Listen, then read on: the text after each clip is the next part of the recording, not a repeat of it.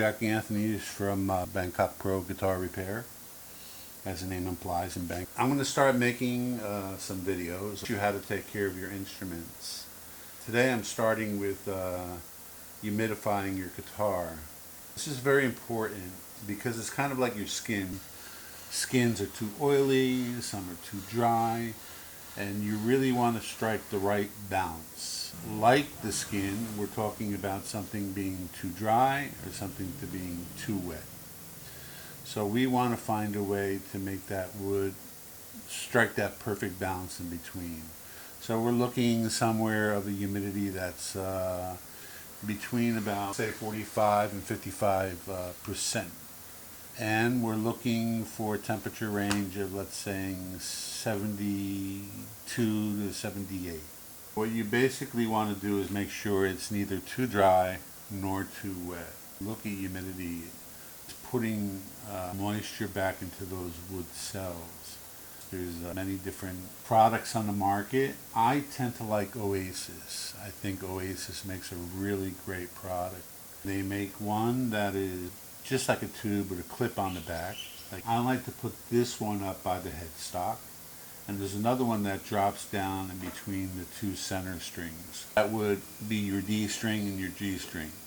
So between these two products, do a great job. And it's also good to have a humidifier gauge if you have one. When you're dealing with moisture, humidity, the guitar will suck in whatever moisture you have, like say in your sponges. You know, it'll suck this out and this will get dry pretty quick.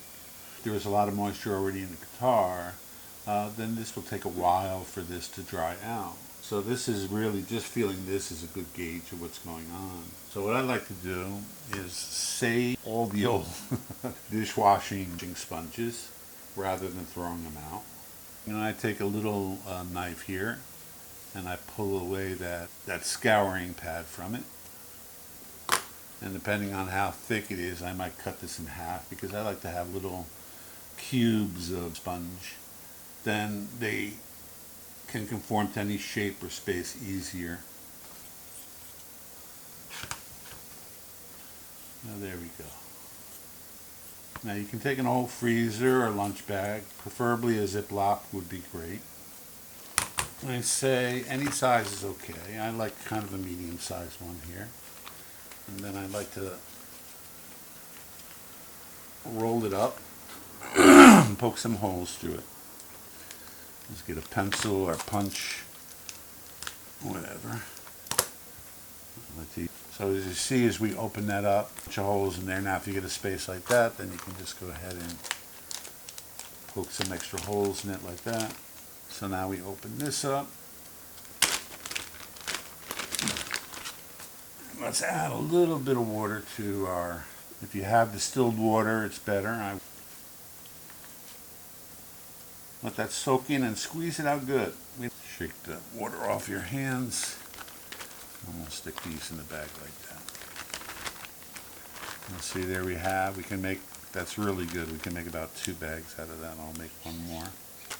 We can even these both out a little bit. And what I would do is put it in the guitar case. Just down in the sound hole on one, and I put this up by the headstock on the other end.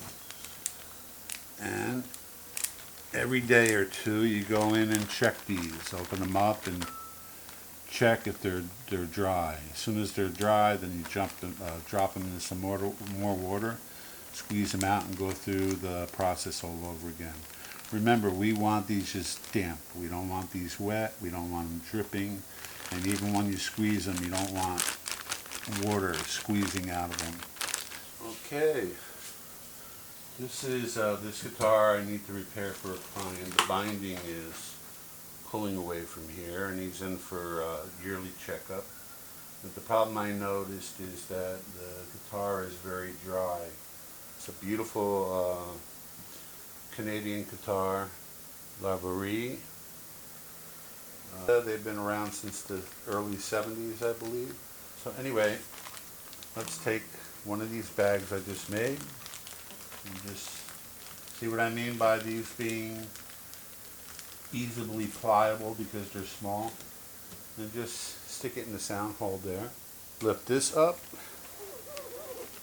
and slide it underneath the headstock. Okay, every few days you check these, close this. And what I'm trying to do right now is what I call equalizing this all out, meaning allow it to find its perfect humidity.